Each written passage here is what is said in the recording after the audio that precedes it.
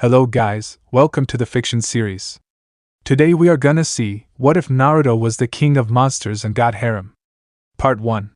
Huge shout out to AdventReader221 for this story. If you want more awesome fanfiction like this, don't forget to hit that subscribe button. So without wasting any time, let's get into the video. A long-haired blonde man who appeared to be about 17 could be seen walking down a dirt road. He was wearing an orange and black jumpsuit that was ripped and faded, with black toe-less sandals and a black headband that had a metal plate with a leaf engraved on it. He had blue eyes and 3 whisker marks on each cheek with bandages wrapped around his right arm. This was Naruto Uzumaki, and at this moment he was in a new world. While he had been in this world for 4 months already, mainly staying in the cave that he first arrived in for the first 3 months, he was now exploring this new world due to the incident that had happened a month ago. He had awoken in the aforementioned cave to find out that he had somehow been summoned by a woman who he called Violet, due to the cloak she wore that concealed her features and her denying giving him her name. She had explained that she was a mage, a term that at the time had confused Naruto, and that she was just experimenting with trying to summon something from other worlds.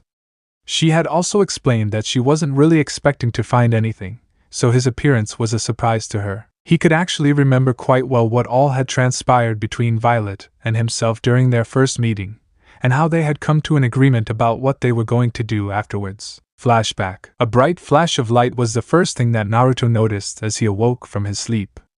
Quickly jumping up, he was quick to realize that he was no longer in his bed, or apartment where he was just a few minutes ago, but was inside what appeared to be a cave. Looking around, he was quick to notice a few things like the weird markings on the ground below him, and the figure wrapped in a large violet cloak that hid all of their appearance from the blonde. The figure's appearance just put Naruto more on edge, as they didn't look like someone who wasn't up to no good.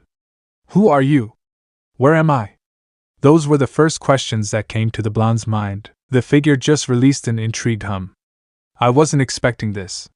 Where are you from? Asked the figure, whose voice sounded female. Her question just seemed to annoy Naruto even more than he already was. What the hell do you mean, where am I from? From the looks of things, you're the one who brought me here, stated Naruto. He was only seconds away from attacking and getting his answers the hard way if he had to. This woman, if her voice was anything to go by, had him a bit worried though. He had just returned home after getting his new prosthetic arm when he had felt a pulling sensation in his body. The next thing he knew, there was a flash of light, and then he was in a cave, with a suspiciously dressed woman being the only other occupant. Those weren't what really bothered him, though. There were 2 things that worried him the most, the first being that this woman had somehow summoned him. Now, while he was no stranger to being summoned, only the toads should be able to do it. There was also the fact that she might have been summoning Kurama, but that should be impossible since the fox was sealed in him and could not be summoned. Then there was the other rather glaring problem. The woman before him had no chakra in her body. Now, while his sensing capabilities weren't too good outside of Sage mode, he could still sense the chakra of others if they were close by, which the woman definitely was. Instead, he felt some other type of energy in her. He didn't know how exactly to describe how it felt, he just knew without a doubt that it wasn't chakra. That made him even more suspicious. Everyone had chakra in them to some degree, even if it was a minuscule amount. To not have any was unheard of. This made him wonder who this woman before him was, and what exactly she wanted from him. All of these thoughts had gone through his mind in just a few seconds as the woman began to speak again. While it is true that I brought you here, I also have no idea where you came from. I wasn't really aiming my spell, just powering it. This caused Naruto's eyes to narrow. What do you mean you weren't aiming? Are you trying to say that I was just summoned here at random? He really didn't want to believe the woman's word, but he could sense no deceit from her yet. It's exactly as I said. I wasn't even really expecting to bring anything forth, but here you are.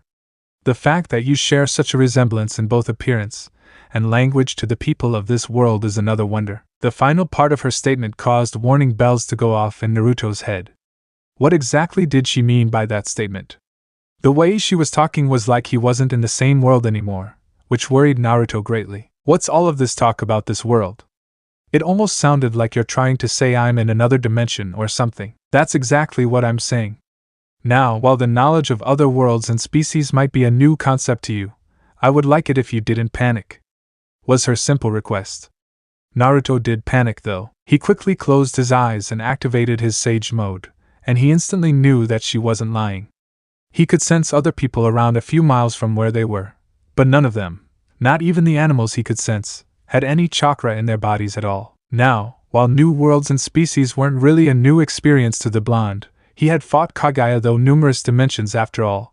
He just didn't like the idea of someone pulling him into a strange new one. While he wasn't completely sure, he seriously doubted that this was one of Kaguya's dimensions, which means he was in unknown territory where nobody from his home might be able to reach him, including Sasuke. This caused Naruto to look at the cloaked woman with apprehension. "Send me back to my home." It was a simple request, one that he really hoped she would comply with. The woman's reply shattered his hope of things going good for him. "I'm sorry, but I can't. As I mentioned earlier, I wasn't really paying attention to the spell, just trying to see if it would activate.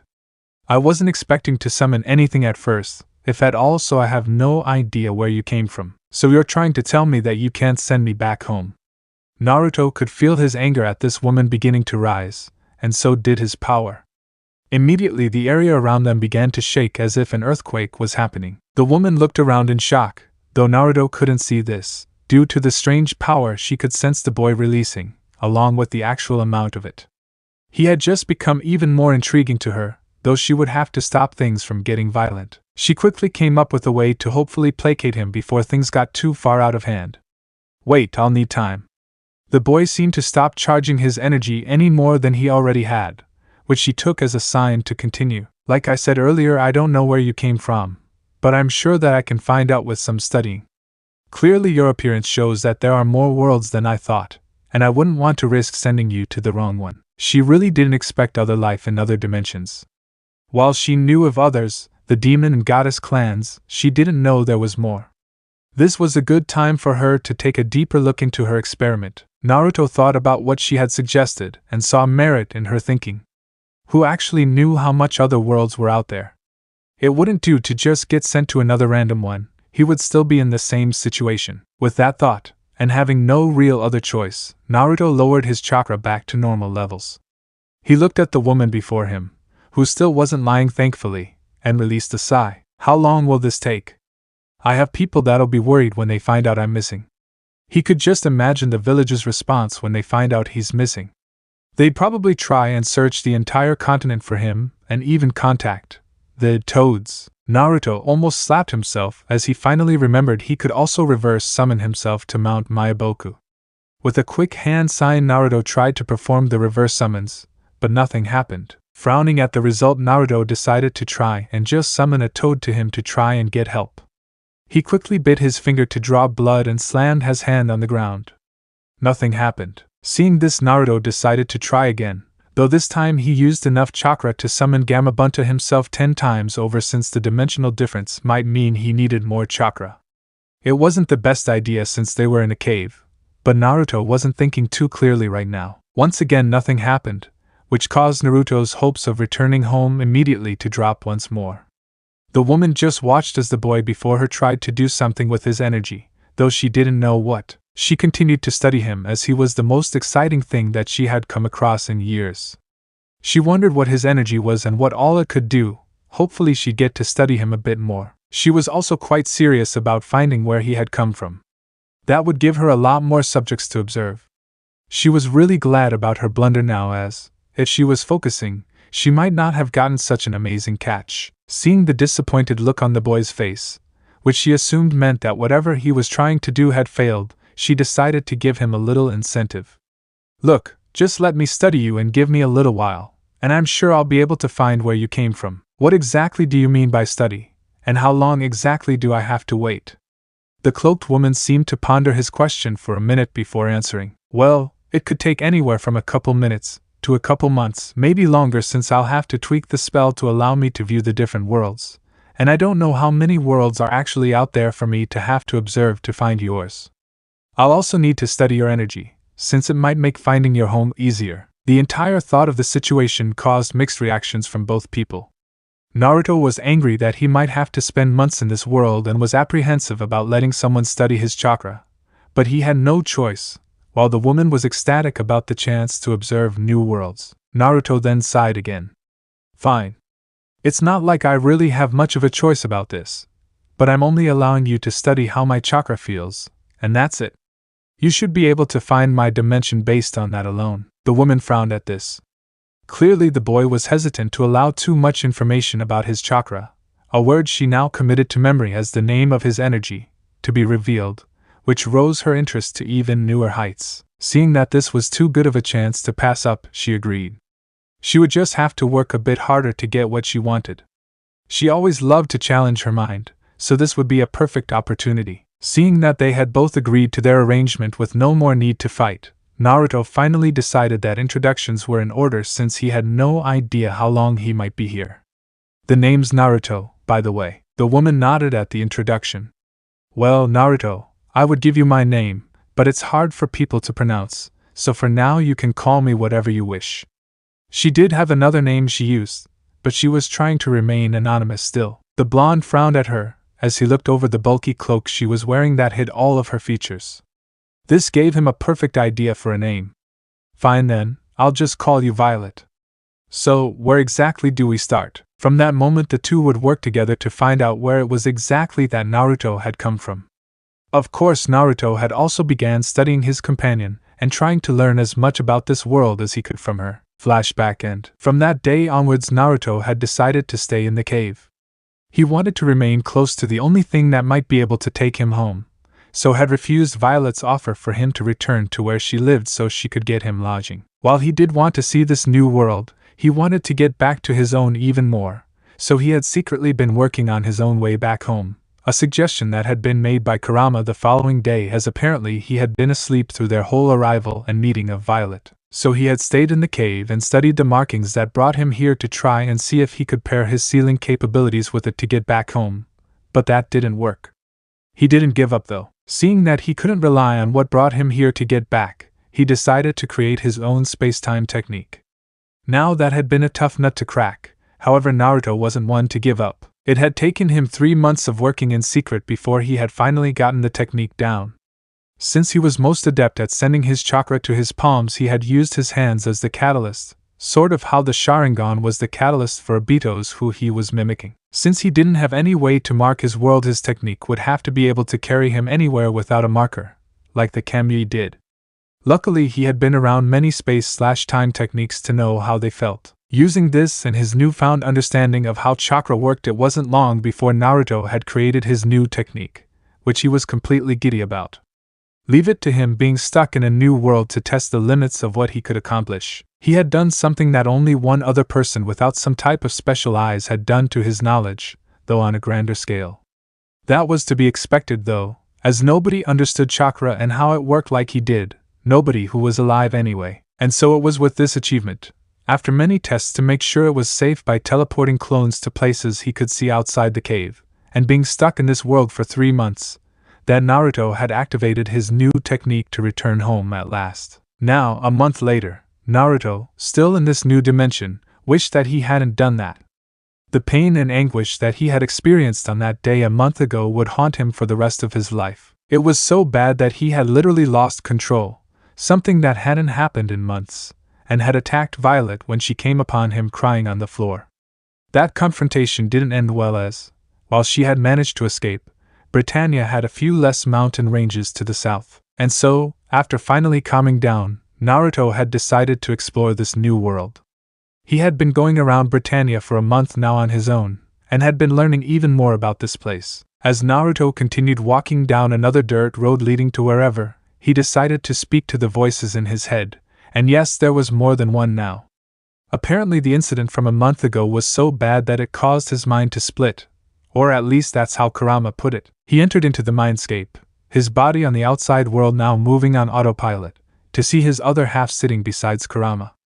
This wasn't Yami, however, but something else. They were both still him, though they had different goals they wanted to achieve and neither could just get rid of the other by just accepting them or something. So instead they came to an agreement. It's been a month already, and you still haven't found anything in this world worth our time. Remember, we have an agreement. Spoke the other Naruto. Yes, I remember. If I don't find anything in this world to care for, then you get to take over and we leave. This was their goals. Due to what had happened a month ago, the one in control of their body wanted to stay in this world. The other one wanted to leave this world as soon as possible, but he would give it a chance so that the peace could be kept. If they did find something in this world, then fine, but if not, then it would be his turn to take over. Seeing that his other half was still not giving up yet, the other Naruto got up and walked further into the mindscape. This was one good thing about him: he wasn't an ever-present nag. He just stayed quietly to himself in some part of their mind, only coming around every now and then to speak to Kurama.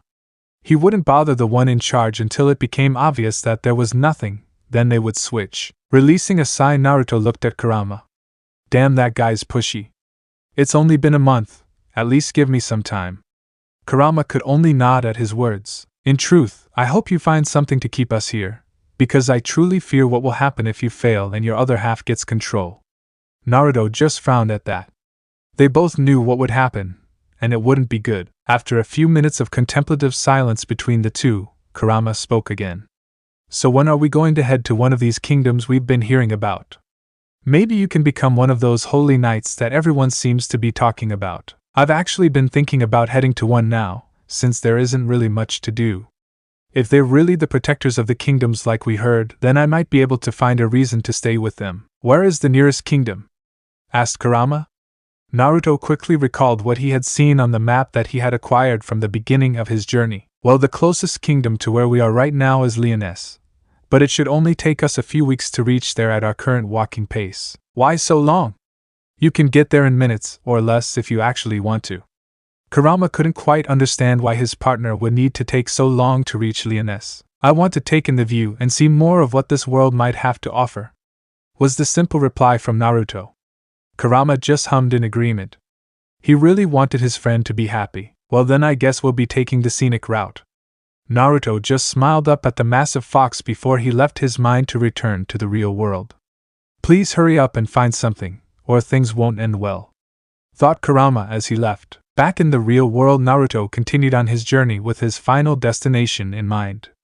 Over the next few weeks, Naruto had passed through a few small towns and seen quite a few wonders that made Britannia beautiful. However, he was disappointed.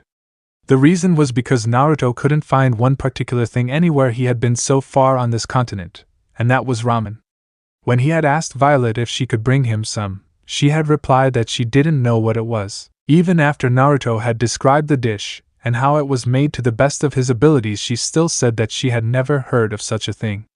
In truth, that was one of the main driving forces for Naruto to want to leave so quickly, and it appeared that nobody else had any idea about it either. He was tempted to go and check out some of the other continents to see if they had any, though he might move on to them if he didn't find anything of interest in Britannia. The deal was that he would get to try and find happiness in this world, which wasn't just comprised of this single continent. He would explore them all to see the full extent of this world and what it had to offer. Soon he had reached the kingdom of Leoness. It was a large village surrounded by a wall with the castle on the hill overlooking everything else. Naruto couldn't help but let out a whistle in appreciation at the sight. He quickly walked through the entrance and into the kingdom, though he was receiving a few weird looks from everyone. It was probably because he was walking around in what could almost pass for rags. I'm going to need some new clothes soon, but how do I get them with no money? He didn't want to walk around looking as he was now. He would have to find some way to get some new clothes, though he knew of a way to fix his appearance for the time being. Quickly walking into an alleyway, Naruto made sure that he wasn't being watched before he made a simple hand sign. With a simple application of the transformation jutsu, he was now dressed in attire similar to what other men were wearing. Stepping out of the alley revealed Naruto to be wearing black pants with an orange button-up long-sleeved shirt and some black boots on his feet. He would have done this before he entered the kingdom, but he hadn't cared for his appearance in months, which was why his hair was now in a long ponytail. This didn't mean that he had forsaken his hygiene or anything, just that the clothes he wore wasn't really a bother to him, especially since he wasn't really around much people before he left the cave. He continued on his way to try and find out more about these holy knights. He asked some of the people what they thought of them, and had received mostly rave reviews from the citizens they protected. This gave Naruto some more hope and willingness to join them, though now he had to find where they were stationed and what it took to actually join. He hoped that there wouldn't be some type of written or verbal test about stuff like the history of the kingdom or anything like that. It took a little more time and questioning before Naruto finally found some information on where he could find the holy knights.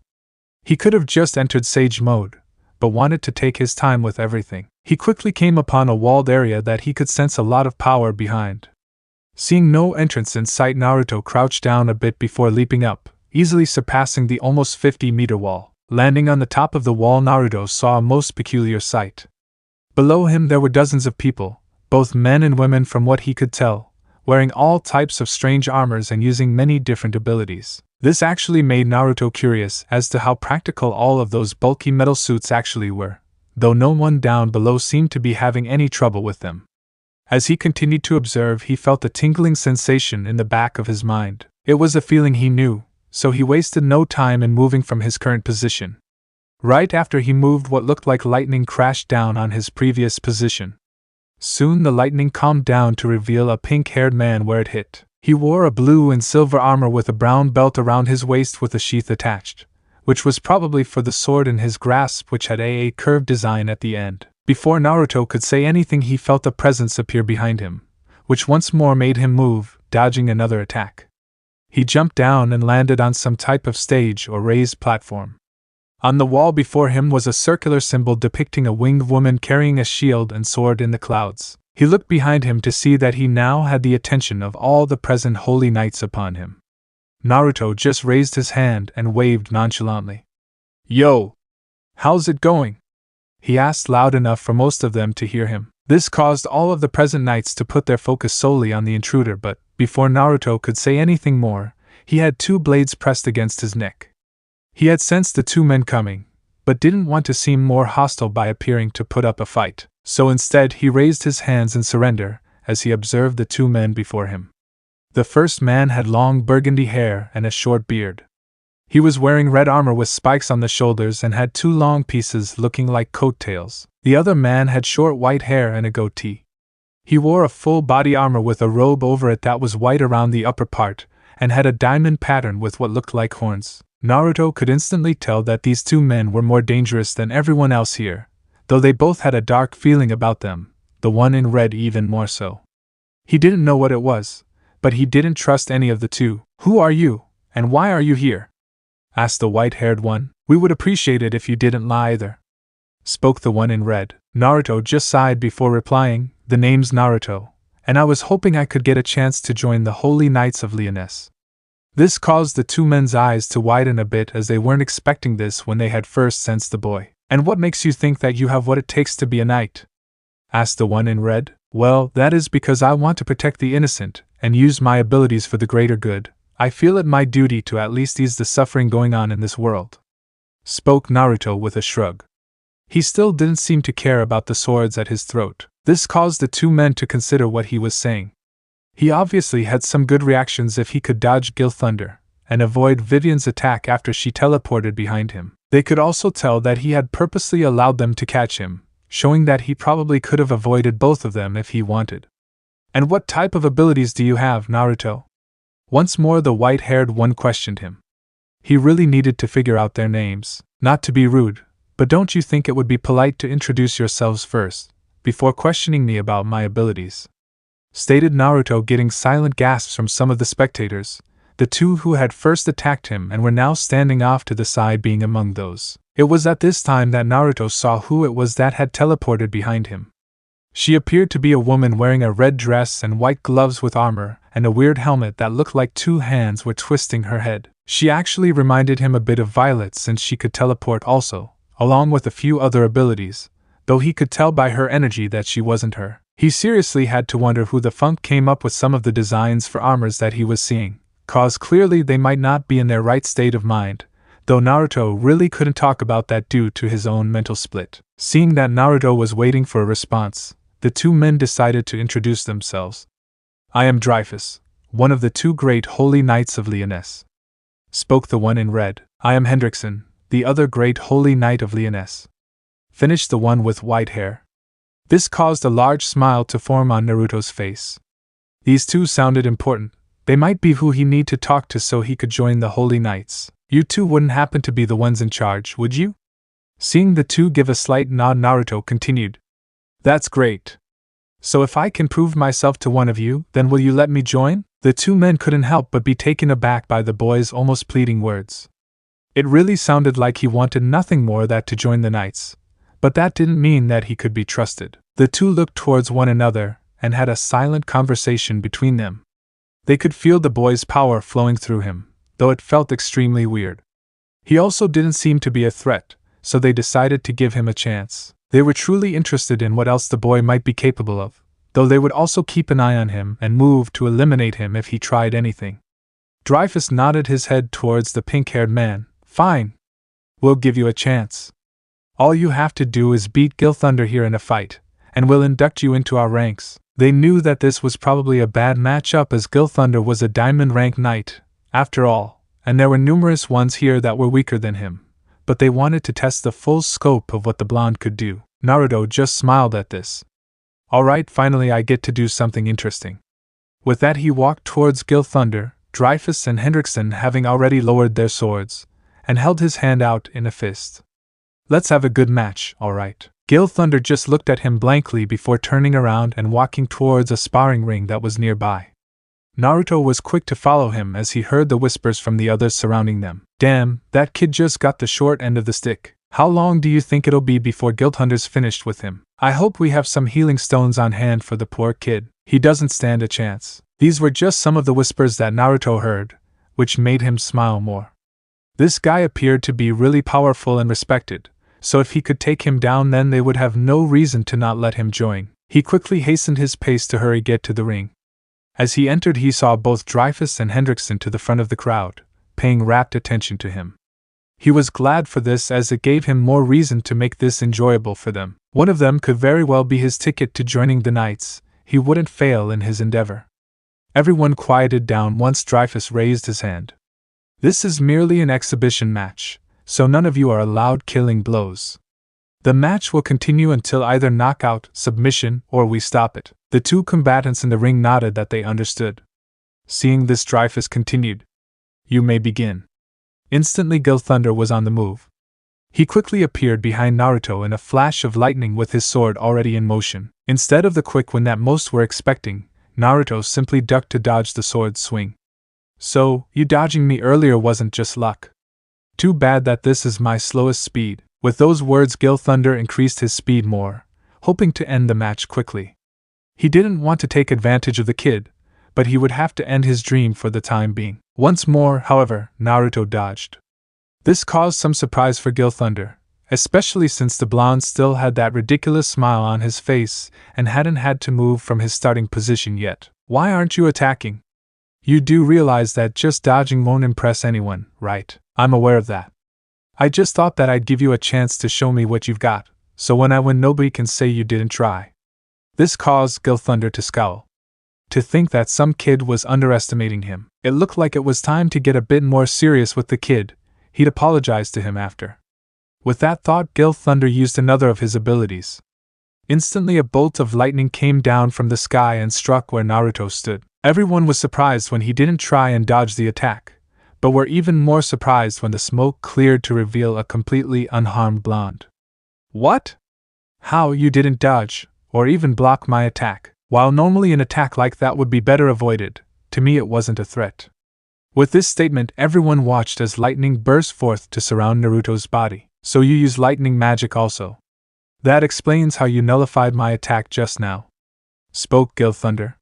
He wasn't really expecting the kid to be a lightning user like him, but at least now he knew why the kid didn't seem worried. He would have to show him why that was a mistake. Gilthunder quickly began raising his magic power, causing the lightning surrounding him to increase. Imagine his surprise once more as Naruto began matching his output easily. This earned a growl from Gilthunder. So you really are strong, that's good. It means that I won't have to hold back. With that, the two combatants took off in flashes of lightning. All most people could see was lightning going around the ring with arcs being shot out from time to time. This caused the other knights to retreat a bit from the ring as to avoid being struck by a stray bolt of lightning. The only ones who hadn't moved were Dreyfus and Hendrickson, who could also still follow the fight clearly. He's keeping up pretty well against Gilthunder, said Hendrickson. No! He's moving slower on purpose. He's just giving the illusion that he's merely keeping up, said Dreyfus, causing Hendrickson to take a closer look at the fight to see that it was true. While they could see that Gilthunder was struggling a bit and beginning to get winded, Naruto still looked like he had at the start of the fight. That showed the two that Naruto had a lot of magic and stamina to go on this long without showing signs of fatigue. Soon the two men in the ring finally separated from each other, with Naruto now holding a blade made of lightning in his hand. While none of them had managed to injure the other, it was clear to see that Gil Thunder was in worse shape than Naruto. I can't believe that little punk is keeping up with Gil Thunder. It looks like he's winning actually. Amazing! Both of their power is incredible. Once more Naruto listened to the voices of the spectators, glad that he had managed to prove himself a little to them, though they weren't the ones he needed to impress. Remembering this, Naruto decided to kick it up even more. You know that lightning magic mostly increases the speed of the user, meaning the faster you are naturally, the faster you can go using lightning. This is one of the ways to move faster. Gil Thunder just looked at the blonde in confusion. He knew how the speed increase of lightning worked. It was then that he came to the realization of what the boy was saying. After all, there was another way to increase your speed. Seeing the shocked look on the pinkette's face, Naruto smiled. I see you've caught on. While you have been increasing your energy output continuously throughout the fight to go faster, I have merely been responding. Gil Thunder was now a little nervous. It was clear that this kid had more power than him, though how much more he wasn't quite sure. Naruto was quick to show him, though. Allow me to show you a fraction of my power. With that statement, both great holy knights had to back up from the ring so as to not get struck by lightning without having to use their own magic. They watched as the lightning around Naruto increased to such an intensity that the floor below him was literally being melted just from his presence. Gil Thunder felt his respect for this boy grow. While he was losing to a younger opponent, he couldn't deny the kid's skill and power, but he would not give up. He quickly crouched down and began charging all of the remaining magic he could. Instantly his lightning output increased also, though not to the level of his opponent. This was fine though. For the first time in a long time, Gil Thunder felt a thrill run down his spine at the prospect of having a good opponent. The two men watched each other from their crouched positions, both swords drawn back and ready to swing. As if an invisible signal had been given, they both disappeared in flashes and swung their swords at the other, which resulted in a glorious explosion. The shockwave alone blasted all of the other holy knights off of their feet, while destroying the ground they stood on. Both Dreyfus and Hendrickson had to actively use their magic to avoid the same fate as their subordinates. As everything began to settle down, the two men had already knew the outcome of the battle. Everyone else waited with bated breath for the dust to settle, and when it did they could see only one figure standing, and that was Naruto. Laying behind him face down and unconscious with a smile on his face was Gil Thunder. Before Naruto could take a moment to enjoy his victory, the woman from earlier appeared before him using her teleportation. As soon as she went to attack him, for whatever reason, she was stopped by the booming voice of Hendrickson. That's enough, Vivian. If you have time to attack our new recruit, then you should also have the time to take Gil Thunder and make sure he gets healed up. This seemed to stop her in her tracks as she quickly rushed over to Gil Thunder, with the two disappearing afterwards. Seeing the threat-handled Naruto looked towards Hendrickson. So, that means I got in, right? He asked, referring to Hendrickson's earlier statement. This caused the white-haired man to nod his head. Yes. You showed great power, and the control to use it, so I hereby afford you the rank of Crystal Knight. While most were surprised by the ranking, it was the lowest besides apprentice rank. The most of them understood why. The kid might be powerful, but he was still an unknown. The fact that he had even gotten into the Holy Knights the way he had was a surprise. He still had to earn the trust and respect of the other knights in order to rank up. Naruto didn't care about any of this. He now had something to do to try and make his life in this new world more bearable. Hopefully he could find a purpose in all of this, for everyone's sake. As everyone began dispersing, with some giving him mixed looks, he also began to leave the training grounds. Before he could get far, Dreyfus called out to him. Be here first thing in the morning. We'll work to get a better idea of what you can do and how well you'll be able to handle your new responsibilities. Naruto just turned around and gave a mock salute. Yes, sir, was his reply as he turned and continued on his journey. Before he left, he realized he had one more problem, so he turned to address the man once more. Is there anywhere in town that I can stay? I just came into town today, and I don't have any money for someplace to stay yet. The two looked towards one another. There is a barack for holy knights that provide food, shelter and basic armors for those who have no lodging of their own. You can stay there as long as you're a knight, or until you find someplace else. This caused Naruto to smile. He could actually get some new clothes as well. Things were starting to look better for him. After the two had given him the instructions on how to find the barracks, and on what to tell the person running it, he left so that he could hopefully get some rest in an actual bed. While sleeping outside or in a cave didn't bother him, a nice bed was still a welcomed reprieve. After getting to the barracks, and having to give a bit of information including his sizes, Naruto entered the plain room they offered. The room only had a twin-sized bed in the center with a small dresser. He didn't care about that, though, and quickly entered and, after taking a shower in the shared men's bath, headed to bed. He hoped things would continue to get better so that he could begin enjoying his life again, but he knew that only time would tell. 1 month later. It had been a month since Naruto had joined the ranks of the Holy Knights of Leoness, and he could safely say that he was enjoying it. He had already done a few missions and had even earned himself some money, though he was still living in the barracks and hadn't shopped for any clothes yet. He had even managed to upgrade himself to Ruby rank by handling all of his missions quickly and efficiently. One of the biggest things that had happened was he had gotten a sparring partner in Gil Thunder. The two could be found many days sparring each other and bouncing ideas off each other for new techniques, with Vivian always somewhere nearby. This also allowed Naruto to sense Gil Thunder's animosity towards the woman. When Naruto had asked him what his problem was with her, he had almost looked like he was going to tell him, but then had decided against it. Even though Naruto had beaten him, Gil Thunder didn't hold a grudge about it. Instead, he had stated that Naruto was exactly what he needed to get stronger, hence their constant sparring together, though Naruto still only stuck to his lightning-style jutsu. He made sure he practiced everything else he wanted to learn and grow stronger within secret, since he still didn't trust Dreyfus or Hendrickson. At first he had thought that they just had a lot of negativity, but after using his Sage mode, Naruto had come to another realization. There was something inside Dreyfus. He didn't know what it was, but that was what was giving off most of the negative emotions. Knowing this, though, caused Naruto to have some problems.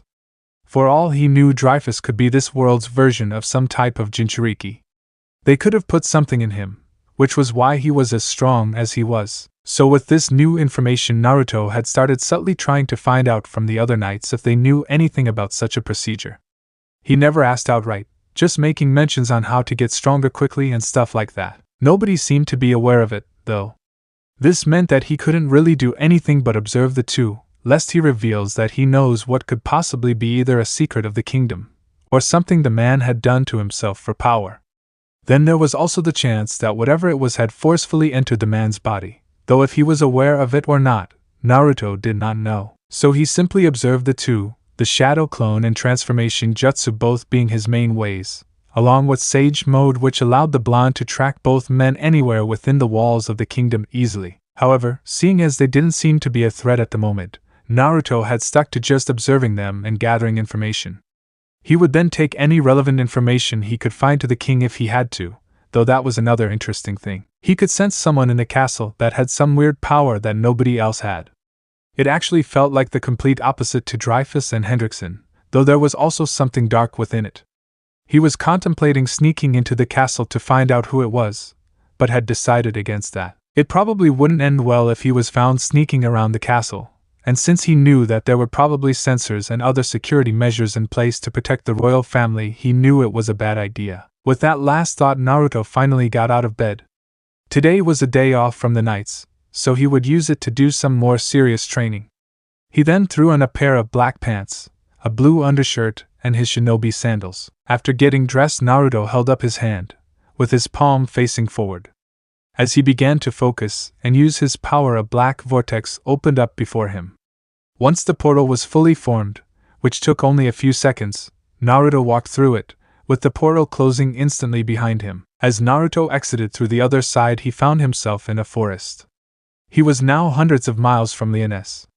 This was where he came to practice without being watched. After a quick scan of the area to make sure he didn't have any unwanted visitors, Naruto made a familiar cross-like hand sign. Shadow Clone Jutsu. Instantly Naruto was surrounded by smoke and, when it cleared, 1,000 clones were revealed. You all know the drill. 500 will continue working on getting better with the sub-elements. Keep experimenting so we can see if we can come up with any new ones. 300 of you start thinking up new jutsu we might be able to make. No idea is a dumb one. The rest of you will be fighting me using all of the basic elements and sub-elements we've already mastered. This was how Naruto had been training. He was a master of all the basic elements since the war. After coming to this world, he had begun practicing the sub-elements. He could already mix all 5 elements together, so doing just 2 was a piece of cake. Things like wood and ice-style jutsu were easy for him to begin using. Then Naruto had went on to fusing 3 elements. Once again, it wasn't hard for him to figure out with his understanding of chakra. Now he was working on just mix and matching, trying out any combinations of 2 to 4 elements he could to see if he could come up with new things. This was the best way for him to pass the time, along with getting stronger. He had also came up with a few new jutsu, though most of those were still in the production stages. Stopping to think for a moment, Naruto wondered if he would have ever used any of these abilities if he hadn't came to this world. He didn't really know the answer, but he doubted it. As Naruto came out of his own thoughts, he noticed the remaining 200 clones were ready to begin. This was fine with him, as he was also excited. This would be a fight with no power-ups, just their own abilities, as Naruto didn't want to have to rely on Kurama and Sage Mode for every fight, especially since using Kurama's chakra made him a beacon that anyone could find easily. With that final thought, Naruto crouched and got ready to move. He could already see numerous elements beginning to be charged for use. He could only smirk as he knew that this was going to be a tough battle. All of his opponents were just as strong as he was, with all of his abilities and unpredictability. This was the best way for him to train. As if an invisible signal was given, both sides rushed towards each other. It was a few hours later when all of the fighting was finally done. Naruto laid alone in a crater, with numerous cuts and bruises covering his body. He was smiling, though. His clones had came up with even more absurd ways to use their abilities, which he was glad for. It wasn't long before his wounds began to steam and close up, with bruises fading away. "Thanks, Kurama," was his thoughts as he began sitting up. As he looked at his surroundings, he couldn't help but wince. Him and his clones had devastated the landscape for miles, making it completely unrecognizable to what it was before. He could see the effects of many different elements used in their little spar, like a frozen tundra, a volcanic pit, and many more. "I guess we really should have held back a bit more," whispered the blonde to himself. He would have to fix the landscape back to how he remembered it before he left. With that, he finally stood. He then went about restoring the land and regrowing the forest, a task which took him a few minutes. After he was done, he thought about what he should do next. He didn't really feel like staying in the barracks. Maybe I should finally go and buy some new clothes, mainly something with orange in it, he thought to himself. With his new plans, Naruto quickly returned to his room. He was trying to keep his abilities secret after all. He quickly went and took a bath because apparently showers weren't a thing unless it rained, since he looked like he had just came out of a war zone, which he technically had. He then got redressed in a pair of brown pants with a matching colored button-up shirt, and some black boots. While he wasn't really a fan of the footwear, he still tried to wear them on occasion. He quickly exited the barracks and began walking around town in search of new clothes. He also took this time to take in more of everything. This place still had a lot of new things for him to experience. As he walked, he began a conversation with his tenant. "Hey, Kurama, what do you think about this new world?" This was the first time he had actually asked for the fox's opinion, even if them coming here was none of their fault. "It's interesting, at least, especially now that you're a knight. The abilities these people use are also quite interesting, though they do seem a bit one-dimensional," the fox hummed out. Naruto had to agree with the giant fox's assessment of the powers he had seen so far. Everyone he had met only seemed able to use one set of abilities, and while some of them were vastly powerful, they could be even stronger if they added more to their arsenals. For instance, even if a shinobi specialized in a certain element, they still had other abilities to fall back on. If someone like Gilthunder had taken the time to learn something else, then Naruto would have had a harder time beating him. In fact, his initial fight with Gilthunder was the first time that Naruto had actually used his lightning style, and he had just taken a few minutes to fully get used to it. That was the true reason as to why he didn't just outright attack Gilthunder, because he was studying how he used his lightning, along with remembering how the Raikage used his own, then copying the two, which was easy since he was a master. It also helped that he had a much larger amount of energy that Gil just couldn't match. This thought did make Naruto wonder, though. As he had explained during their match, one way to increase speed was to increase power output. Naruto had never given his all, so he wondered how fast he would be if he put even half of his full power into the technique, let alone all of it. That would have to be another test to perform when he went back out for training, but for now he had to find some new clothes. He was tired of not having any orange, so that was how Naruto spent the rest of his day, just shopping around for new clothes, along with getting some good food. While the barracks did provide food, it wasn't the best. He couldn't really complain though since it was free. After he was finished shopping, and had found a jacket that he absolutely adored, Naruto returned home. Home, huh? Who would have thought that he would ever refer to any place but the Hidden Leaf with that term? These thoughts caused Naruto to become depressed thinking about his old home, and what had happened 2 months ago. This almost caused him to lose control of his anger again, but he held it back. There was no point to it anymore. It didn't take long before Naruto finally made it back to his room.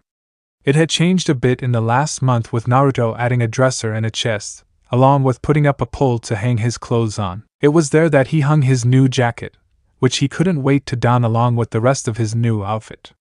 After putting the rest of his purchases away, Naruto removed his clothes, leaving himself clad in his boxers, and crawled into bed. Before he could go to sleep, there was a knock at his door. Naruto quickly got up and went to the door. He could already sense who it was on the other side, so he didn't hesitate to open it. As soon as the door opened, the face of Jericho was revealed. She was an apprentice holy knight. She had amber eyes and long silver hair done in a ponytail.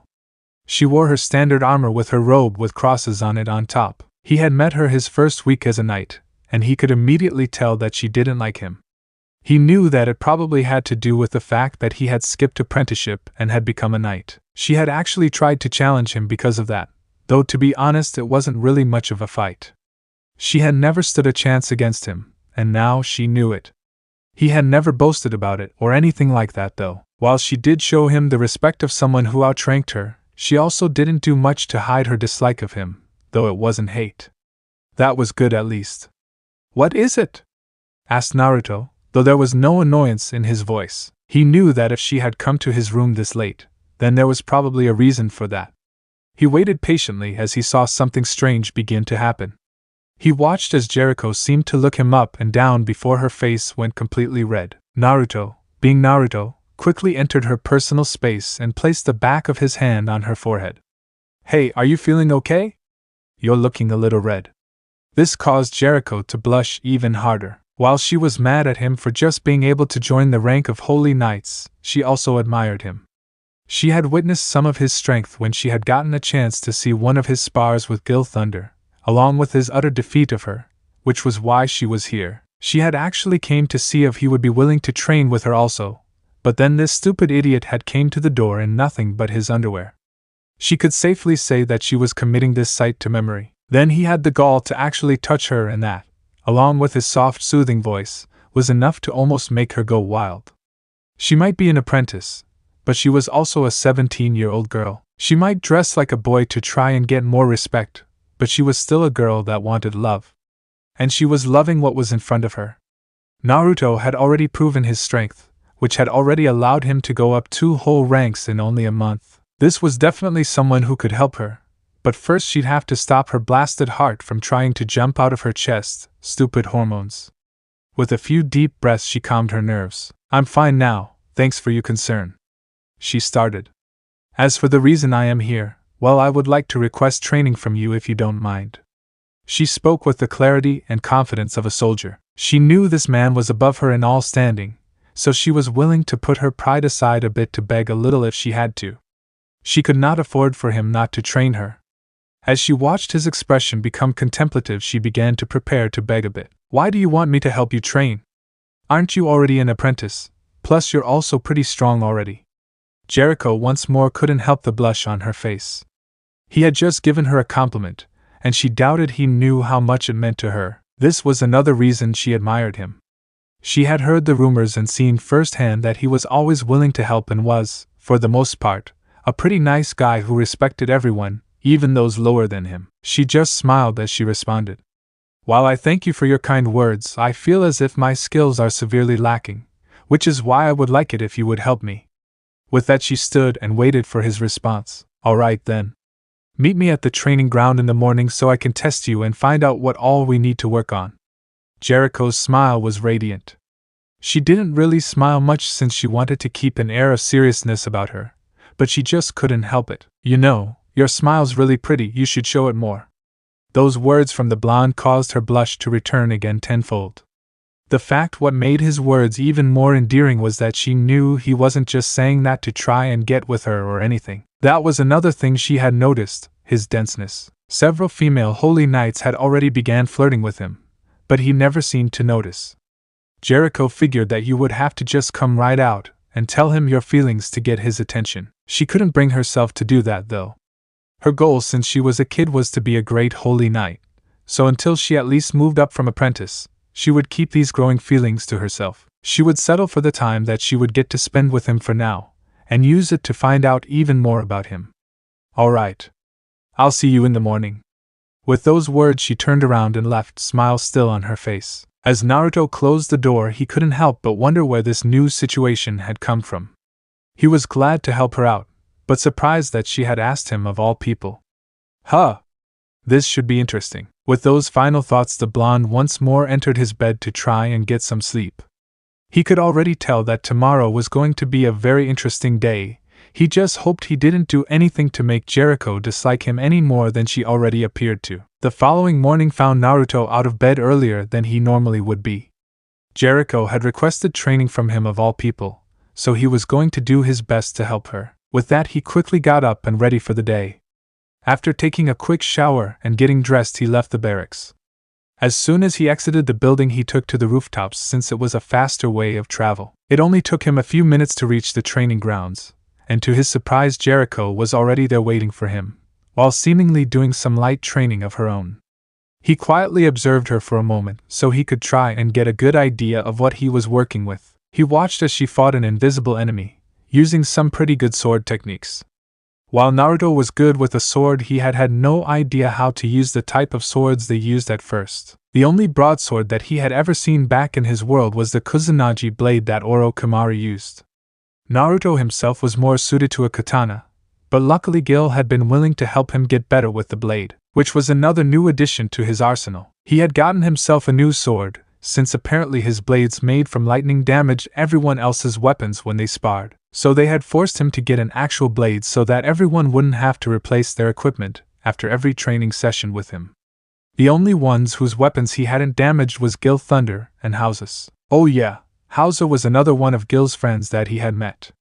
He actually liked him because not only was he a chill guy, but he also used the wind element, which was Naruto's own natural element. He had thrown a few ideas around with Hauser also, though he pretended that all of the ideas was for Hauser's use. He had even came up with some new ways to use his own wind power thanks to meeting him. Back to the moment Naruto watched as Jericho finally seemed to be finished with her mock spar. As she bent over a bit and began trying to catch her breath, Naruto decided he would surprise her. With little less than a flicker, Naruto had moved from his original spot to right behind Jericho. He quickly leaned forward and whispered in her ear. That was a pretty good performance. You really are something to watch. Whatever response he was expecting, it wasn't the loud shriek that escaped from the girl.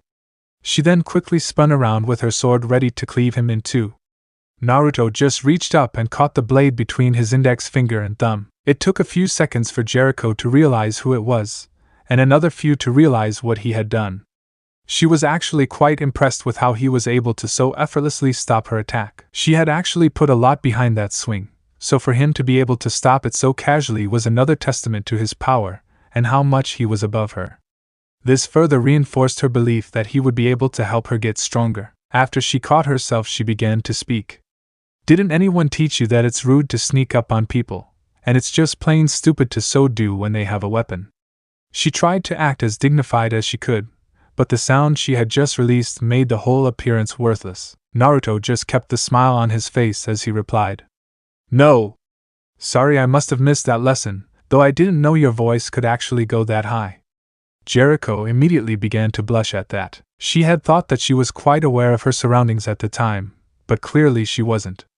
It could also be that Naruto was just so good that he could sneak up on her, but she believed her first choice more. She had to try and save some face, after all. With a huff, Jericho looked at the blade that was still in the blonde's grip. She tried to pull it free, but it wouldn't budge. She tried harder, but still nothing. In an act of frustration, she literally pressed both feet against Naruto, using his body for leverage. Still the sword didn't move. To anyone who was observing the scene, it would look like Jericho was standing on Naruto, who was also standing. It once more took a few seconds for Jericho to realize what she was doing. She blushed once more and stepped off of the blonde, landing back on the ground. "Sorry about that," she spoke while looking away from him. Naruto just laughed at that. While he wasn't expecting her to actually try that, he was still amused by it nonetheless. "Would you like your blade back?" he asked, voice teasing. Jericho just nodded her head while refusing to look at him. He just laughed as he handed her blade back. "Well, you seem to have some good swordsmanship, so I'll mainly focus on raising your strength, speed, and if we have time, I will try to help you awaken your magic." Jericho nodded and finally looked at him. "That sounds good. So, how will we be doing this?" she asked. She was surprised when Naruto disappeared from her view. She didn't have to wonder where he went for long as his foot became intimate with her stomach. She was immediately sent flying across the yard. After a few bounces and a roll, she finally came to a stop, though the pain didn't. She looked up at the blonde with tears almost pouring out her eyes while asking him the silent question, "Why?" Naruto's entire expression had changed by this point. Instead of his dazzling smile he usually wore, his face now looked like it was carved from marble, with absolutely zero emotions showing on it. "Don't think that I'm going to go easy on you because you're a girl or anything. You asked me to help you get better, so I'm going to push you to your absolute limits to help you. Now get up." Jericho actually felt some fear from seeing him like this. She silently wondered to herself if this was the side of himself he showed on missions. No wonder he had been promoted so fast. It was like she was looking at a completely different person. "Fine. Since you won't get up willingly, I'll make you." That statement was Jericho's only warning. Taking his words to heart, she quickly rolled from her position, while fighting through the pain. Her decision was proven to be a wise one as Naruto appeared where she was moments before and struck her previous position with a fist. Instantly the ground cratered from the force of the blow, which caused Jericho's eyes to widen. She wasn't too sure that she could take a blow like that easily. She was sure that at least something would have been broken, at least if he had hit her with that punch, which made her wonder. Was he actually trying to kill her or something? "Are you crazy? That attack could have killed me if it had hit."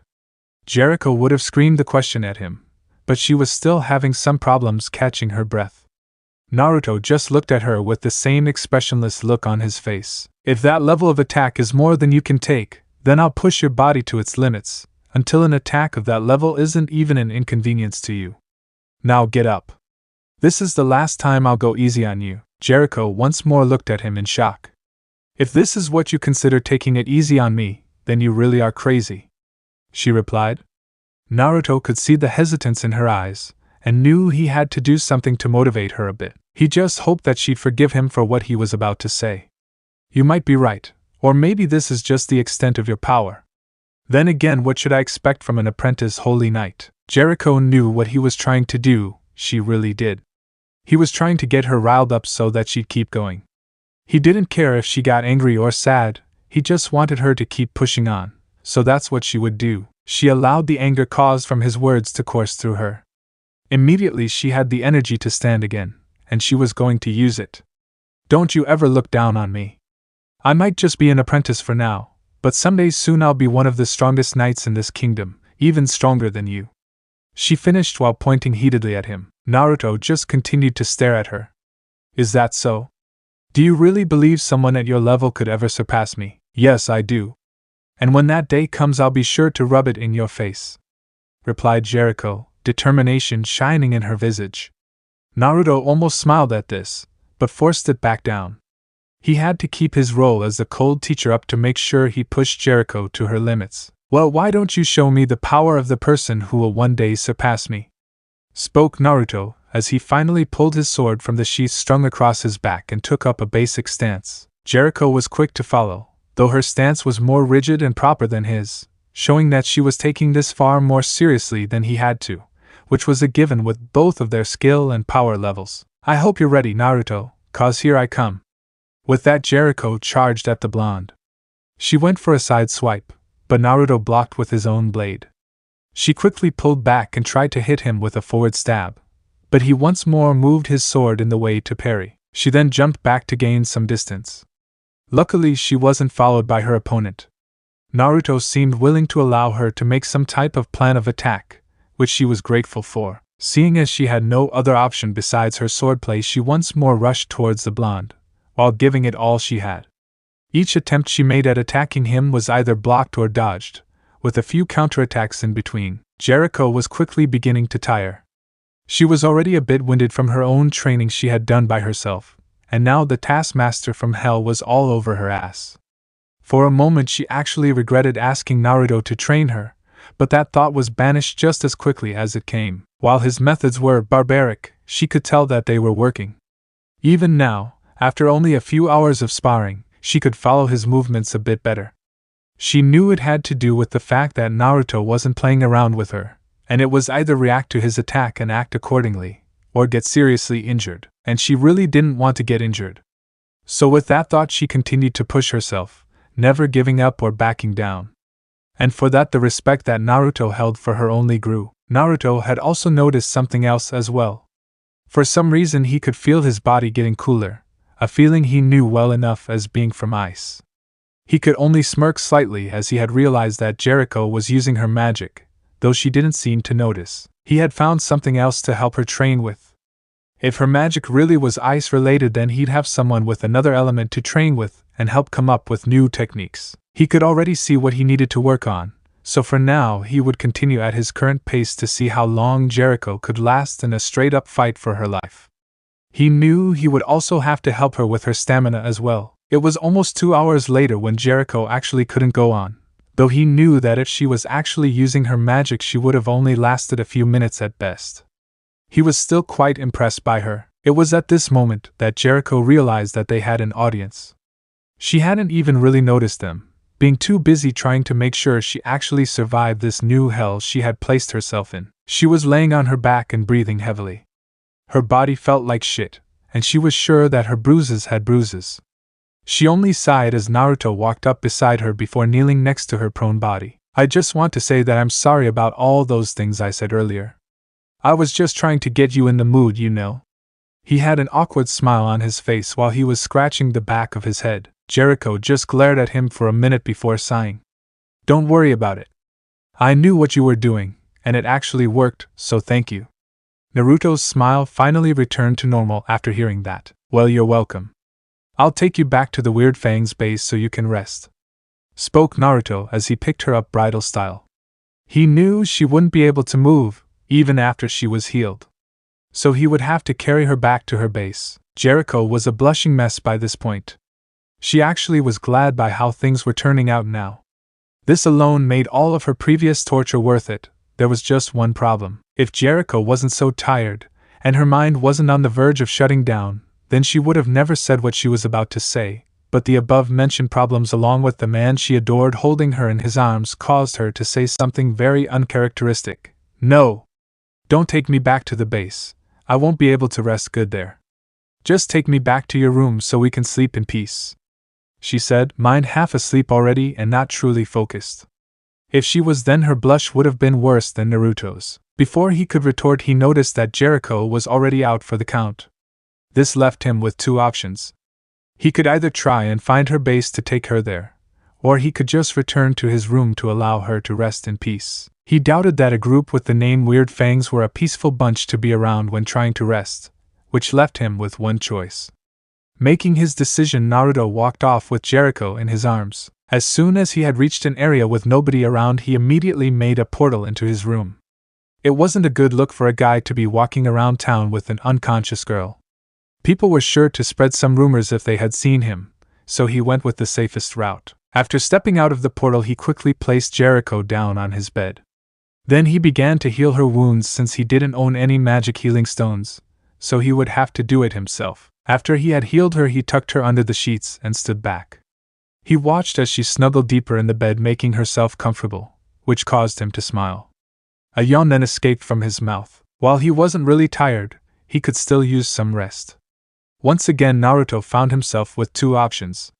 He could either sleep in the bed and risk castration, or sleep on the floor and maybe get an earful when she woke up. It didn't take long for Naruto to make up his mind.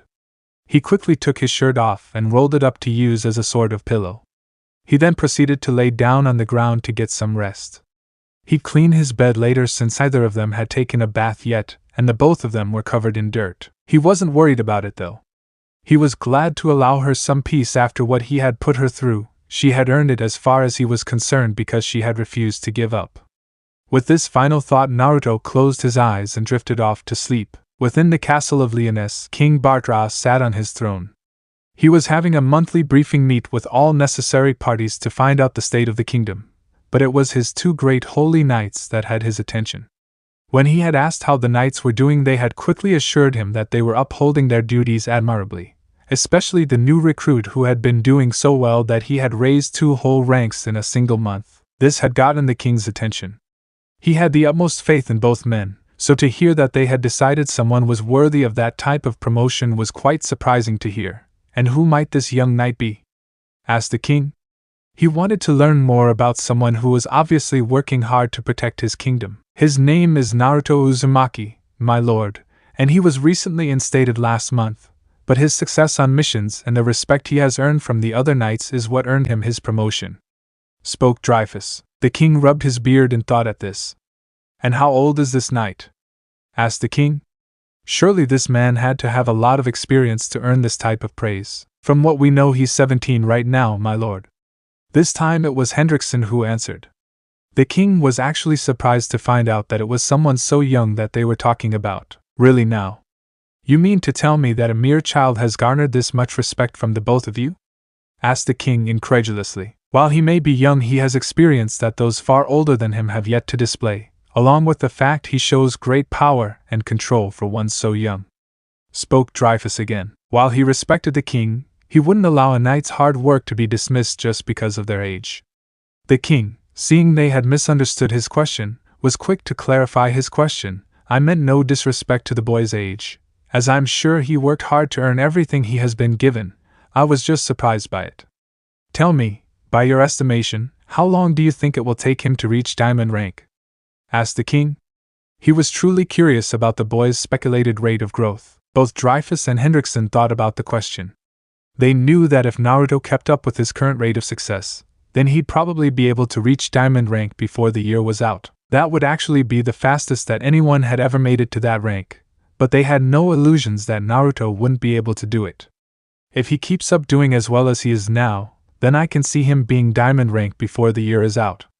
Spoke Dreyfus, getting a nod of agreement from Hendrickson. So he really is that good, huh? Started the king.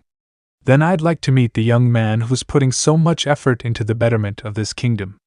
He finished. Both present knights were expecting something like this to happen. When would you like to meet him, my lord? Asked Dreyfus. I will prepare a feast for him in 3 days' time to celebrate his hard work and show him my appreciation. Inform him to be at the palace on the eve of the given day, if you would. Both men nodded at the king's request. After that, it wasn't long before the rest of the meeting was wrapped up. As soon as the meeting was over and the king allowed everyone left. Now alone in his throne room, the king was allowed to get lost in thought. Someone with that type of power might be exactly what we'll need in the coming months. For now, though, I'll try to get a read on the boy to see if he can be trusted with an important task. With this final thought, the king began making further plans for the coming holy war and other matters. In another part of the palace, a young girl could be seen walking the halls. This was Elizabeth Leoness, the third daughter of King Bartra, which made her a princess. She was just wandering around the castle while deep in thought. For the past few months she had noticed her father was becoming more stressed. She didn't know why, but she could never really get him to tell her why. He had said that he was just worrying too much about the future. She didn't doubt this, as she knew about her father's ability vision, which literally allowed him to see the future. This allowed the king to prepare for things long before they even happened, which she suspected was why the kingdom was so peaceful. I really wish that father would let us in so we can help him, thought Elizabeth, while also thinking of her sisters. She also didn't like the fact that he was paying less attention to them.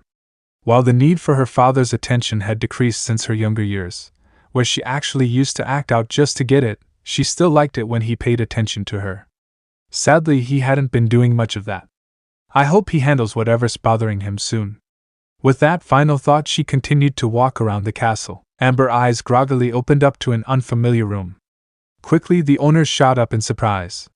Looking around, the person quickly realized that they were in a bed, though the room was still unfamiliar. Before Jericho could begin to panic anymore, she noticed the sound of light snoring.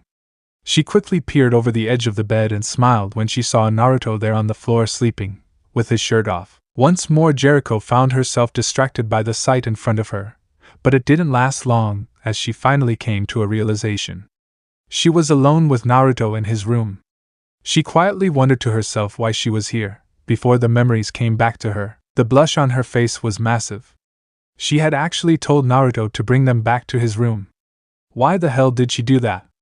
Even if she knew her base would be rowdy, she still could have just told him to take her to her house, though she really didn't want to see her brother. She quickly blamed her tiredness and hormones for the decisions she made. She then had to wonder why Naruto had even considered her suggestion. Did he want to take her back to his room? As she looked herself over, she noticed that all of her clothes were still in place. Of course they are. Naruto's not the type to take advantage of someone, thought Jericho, cursing the fact that she had such thoughts about the blonde. She could tell that the only thing Naruto had done to her body was heal it, which she would also have to thank him for, even though he was the reason for her injuries in the first place. She had asked him for that anyway. As she finished those thoughts, she began to look around. This was her first time actually seeing in his room. She hadn't really been paying much attention to it the night she had came here to ask for training, since other things were occupying her mind then. She couldn't help but to feel a little sad looking around the room. It just looked so bleak, having no type of pictures or anything to show that it was someone's home. There wasn't anything that seemed to make this room scream that it was Naruto's. After observing the bland room, she leaned back over the bed to look at the blonde still sleeping on the floor. She then looked at his face, and a thought passed through her head. It was something that she always wanted to do, but could never bring herself to actually try. Now was the perfect time, however. With that, she slowly reached out her hand towards his cheek. She always wondered how his whisker marks felt, and now she would find out. As her palm finally rested on his cheeks, she couldn't help the smile on her face. She was quick to notice that the whiskers were indents in his face, though not deep. As she continued to rub his cheeks, she couldn't help but remember the first time she had met him, and the first time he had defeated her. Flashback. Jericho had been hearing a lot of rumors this last week about a new knight that had practically walked in off the street and gotten a position without having to do any apprenticeship under anyone. Naturally, this information pissed her off, as she had been working hard to get promoted from being just a simple apprentice, but she couldn't seem to advance for some reason. So, because of this, she wanted to see what was so special about this mystery guy. With a mission in mind, Jericho went around Leoness asking different knights about this guy, and she had found out quite a bit about him, including where he trained. It was thanks to that information that she made her way to one of the training grounds. Her information was proven correct when she came upon two men sitting together and talking, with a woman sitting nearby. The woman she didn't really know, but she knew the diamond-ranked knight, Gil Thunder. She could also guess who the other man was thanks to the description she had gotten of him from the other knights. Blonde hair, blue eyes and whiskers on his cheeks, though none of them had actually told her that he was about the same age as her. This new revelation had the effects of both surprising her and pissing her off further. What did this guy, someone who was just as young as her, have that she didn't? She had been training for most of her life to try and achieve what this guy had in an hour at best. That thought just raised her anger more as she stormed over to the two men. Their attention was immediately on her since it wasn't hard for them to notice her approaching. "Are you the new Crystal Knight, Naruto Uzumaki?" she asked angrily. This just got a raised eyebrow from Naruto before he replied. "I was. Now I'm an emerald rank. We were just celebrating my promotion. Would you like to join us?"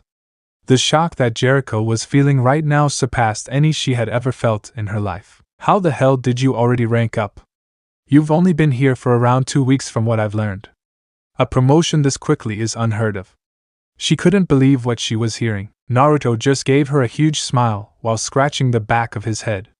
"Yeah, that's what I told Hendrickson said as well, but they said that they believe that someone with my power level and abilities would be better suited for higher ranked missions, so they promoted me." He finished with a chuckle. This just made Jericho livid. She had to find out what was so special about this man, what he had that she didn't, and there was only one real way to do that. Fight me. It would be those two words that Jericho would soon come to regret. Why would I want to fight you? Naruto asked curiously. Now, while Naruto wasn't trying to be insulting or anything when he asked that question, Jericho thought he was.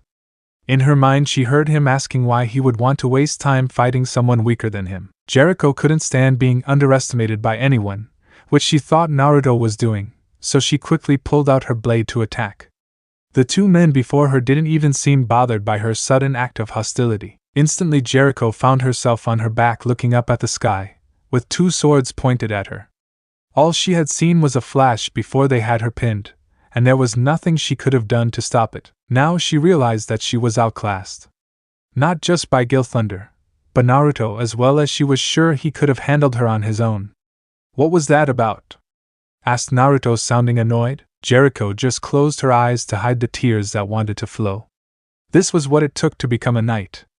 Overwhelming power so that you could handle any threat to the kingdom, something that she wasn't gifted with. Do you think we should report this? Asked Gil Thunder. Naruto just shook his head in the negative. No.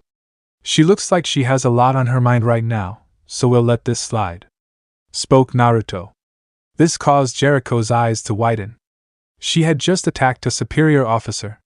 If they reported her, the consequences of her action would be detrimental. She could even lose her apprenticeship. Why? I attacked you, so why protect me? She asked the blonde. While she was glad that he was willing to let this go, she had to know why. Maybe because you seem sad. If you want to talk to someone, then I'm always around, unless I'm on a mission, of course. Spoke the blonde with his signature grin on his face. Jericho couldn't believe what he was saying. It was then that the two men stepped back, with Naruto holding out his hand for her to take. She did, and was easily lifted up off the floor by him. However, due to Naruto's ridiculous strength, and Jericho not being prepared for it, she found herself pressed against his chest. He had put a bit more strength than necessary, which had pulled Jericho right into him. Sorry about that, said Naruto as he stepped back a bit. Don't worry about it, replied Jericho while looking at the ground. For some reason she couldn't look at him right now. Sorry about attacking you guys as well. Naruto just waved her off. Not a problem. Most of my friends have attacked me before. Hell, even Gil here has attacked me, though that was because I was sneaking around the training ground, said Naruto. Jericho just nodded at that, glad that he at least appeared to forgive her. She really didn't want to get into trouble for one act caused by her emotions. Seeing no further point in being here, she turned around and prepared to leave. Before she had gotten too far, she heard Naruto speaking again. Hey, I didn't get your name, he said to her. She stopped and pondered if she should answer him, but realized that it was the least she could do. My name's Jericho. Naruto smiled at that, and she turned around and continued to leave. From that day she would continue to watch the blonde, and had come to greatly respect his power from the spars she saw him participate in. She also was quick to realize that she was beginning to get weird feelings for him, which made her act hostile whenever she was around him to hide how she really felt. She doubted that he would even feel the same way about her anyway. Flashback end. Jericho continued rubbing Naruto's cheek as she was lost in thought. This would soon come to an end when she heard a voice speak. You know, I thought that you were going to try and strangle me in my sleep. This is a lot better though. Jericho's whole body froze. It was at this moment that she noticed a pair of blue eyes looking at her mischievously, with a smirk of the same nature soon appearing on his face. Jericho looked at him in shock, which quickly turned to horror when she realized what she was still doing. With a loud shriek, Jericho recoiled as if she had been burned, but had moved back so hard and fast that she actually fell off the other side of the bed. It was at this moment that Jericho wished she could just disappear. Her embarrassment just grew when she heard Naruto laughing as he stood up. Man, you should have seen your face. It was priceless. I wish I had a camera to take a picture, spoke the blonde as he continued to laugh hysterically. Jericho was mortified at this point, but there was something she needed to know. Were you up this whole time? She asked. Yep, though I was surprised that you'd pet me like some animal, though it did feel kind of good, spoke Naruto while scratching his cheek. Jericho didn't know why, but she felt some happiness knowing that it felt good for him. So why didn't you stop me earlier? She really wanted to know why he had just let her do that. Well, like I said, I thought that you were going to try and attack me for the harsh training session I put you through, but then you began rubbing my birthmarks, and it felt good, so I let it slide as payment for you not giving up today. Jericho felt her blush deepen a bit more. It was then that she remembered something that Naruto had just said. What's a camera? She asked curiously. She had never heard of it, and wondered what it was. Naruto just tensed and cursed his slip-up. He had forgotten that this world's technology was practically non-existent. It's something we use where I'm from to take a picture. It's like a painting, but more real-looking, and it only takes a few seconds to finish. He tried to give her the best description he could. Jericho was impressed by what this camera could do, but then she found another question on her lips. Where exactly are you from? You don't seem to talk about where it is you came from. Naruto just sighed at this. He knew that it was only a matter of time before he was asked something like this. Well, I'm not from Britannia, but the place that I came from is pretty far from here. Jericho would have continued with her question, but she could see that this topic was making him sad. Luckily, it was her stomach that helped to change the topic by growling. Jericho once more felt the blush on her face as Naruto smiled at her. Sounds like you're hungry. Let's go out for something to eat, my treat, said Naruto. This simple suggestion almost sent Jericho catatonic. Is he asking me out on a date? Is this what it's like to have a guy ask you out? These were a few of the thoughts going through her mind. As she noticed that he was still waiting for an answer, she quickly shot to her feet. Sure! I would like to go for a meal with you. Jericho cursed how eager she sounded. She then noticed a problem. She was still dirty from their training, and so was he. She quickly walked up to him. I'm going to get freshened up, and you do the same. I'll meet you out front in an hour, okay? Before Naruto could respond, she was already out the door. Naruto could only scratch his head in confusion. He really didn't understand women at all, and he doubted that he ever would. With a shrug, Naruto got out some new clothes and went to freshen up. An hour later, Naruto exited the barracks and looked around for Jericho, but couldn't find her. He wondered if she had changed her mind or something, but before he could wonder too much, he heard Jericho calling his name. As he turned around, his jaw dropped in shock. Before him was Jericho, wearing a long lavender dress that showed off her figure quite well. She also had her hair out of its signature ponytail, with her hair now framing her face like a halo, and was cascading down her back. He watched as she walked up towards him, but she was looking at the ground now. Wow, Jericho, you look amazing, said Naruto while grinning. He didn't know much about women, but he was sure they liked compliments, or at least he thought so. His efforts proved fruitful as Jericho brushed a few loose strands of hair behind her ear. Thanks. You don't look too bad yourself, she replied. Naruto just chuckled at her response. He did appreciate the compliment, even though he wasn't dressed much different than he was earlier, with the only change being the color of his shirt, which was now gray. So, is there anywhere specific that you'd like to go to since it's my treat? Asked Naruto. Jericho thought about it for a minute before choosing a small restaurant that wasn't too far from the barracks. She had eaten there a few times, so she knew that the food was good along with the prices. The two walked in silence, one from embarrassment and the other not really knowing what to say in the situation, until they came to the one-story building that the restaurant resided in. As the two entered and were shown to their seats and given a menu with the waiter leaving to give them some time to decide what they wanted, Jericho decided to try and make some small talk. I noticed that you don't have any personal decorations in your room. It makes me even more curious about you. Oh really? And what exactly are you so curious about? Asked Naruto. Well, for instance, where are you from? Do you have any family? What was your old home like, and why did you leave to come here? Naruto quickly became pensive, which Jericho noticed. He was contemplating if he should answer her or not, but decided that there wasn't really any harm in doing so. Well, I don't have any family. Not anymore anyway. My home was a beautiful place where everyone was finally starting to get along, but I was taken and brought here. Jericho's eyes widened at this revelation. Naruto was forcefully removed from his home. Who the hell had the power to do that? Are you going to return there someday? Asked Jericho. She was slightly dreading his answer. Naruto grew a sad smile on his face before replying. Why don't we talk about something else, like what is your life like? Asked Naruto. Seeing that he didn't want to talk any more about his home caused Jericho to have conflicting emotions. Was he going to head back home, or was he going to stay here? If he left, then what would she do? She wouldn't say that she was so in love with him to go with him, but she knew that it wouldn't be long until she probably was. That raised the question of if she would be willing to give up her dream for him. At this moment she could say the answer was no. She had worked too long and hard to get where she was, and was too close now to just give it up. Before Jericho could begin talking about her own life, the waiter returned to take their orders. They both quickly ordered their food, with Jericho ordering a fish meal and Naruto ordering steak. As the waiter left, Jericho began to speak. Well, my life isn't really anything special. I was born and raised in the kingdom and lived with my older brother. He's actually a knight as well. Wow. I didn't know you had a brother. What's he like? Asked Naruto, curiously. He's complicated, but he's also the person I want to prove wrong the most. Naruto was surprised by the fire that appeared in Jericho's eyes. Well, if it means that much to you to prove him wrong for whatever reason, then I know you will, Naruto said with a smile.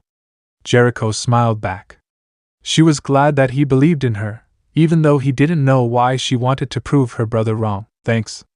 In all honesty, I believe that your training will be able to help me do just that. Well, then that means that this training just became even more important, so I'll have to make sure I don't let you down. Jericho wanted to tell him that he could never let her down, but she held her tongue. With a bit more small talk, the two finally received, and then finished, their meals. The two soon left after Naruto had paid the bill. So when's our next training session going to be? Asked Jericho. We can train on whichever day you or I don't have any missions. So until one of us receives one, we can go every day if you want, or you can pick dates through the week that you're good with. Jericho thought about it for a minute before coming to a decision. We can go every day. That way I'll be able to improve faster. Plus we can just send a message to each other on days we won't be able to make it. That's good to hear. You'll also be able to watch me and Gil Thunder train, so you might be able to pick up a few things from that. Jericho could feel her excitement beginning to rise. While she knew the training was going to be hard, if today's session was anything to go by, she would also have two of the strongest knights in the kingdom helping her. What more could she possibly ask for? I'd like to thank you again for everything you're doing for me, Jericho said with pure gratification in her tone. Naruto just smiled at her. It's no problem. You might not like me much, but I'm happy to help you get stronger. This statement caused Jericho's eyes to widen in shock. He actually thought that she didn't like him, but he still agreed to help her train. The thought alone made her sad, but before she could try and correct him, she was interrupted by another voice. Jericho, is that you? Her eyes once more widened in shock. This was the one person that she didn't want to see right now. As she looked towards the voice, she was quick to notice the form of her brother, Gustav. He looked like a male version of Jericho with short hair. He wore a long-sleeved blue shirt with a darker blue short cloak over it with quarter moon symbols on the collar. He also had on dark blue pants and brown shoes and belt, and a large silver beaded chain around his neck. As he began walking towards her, Naruto also caught sight of him. What are you doing here, Gustav? Hissed Jericho.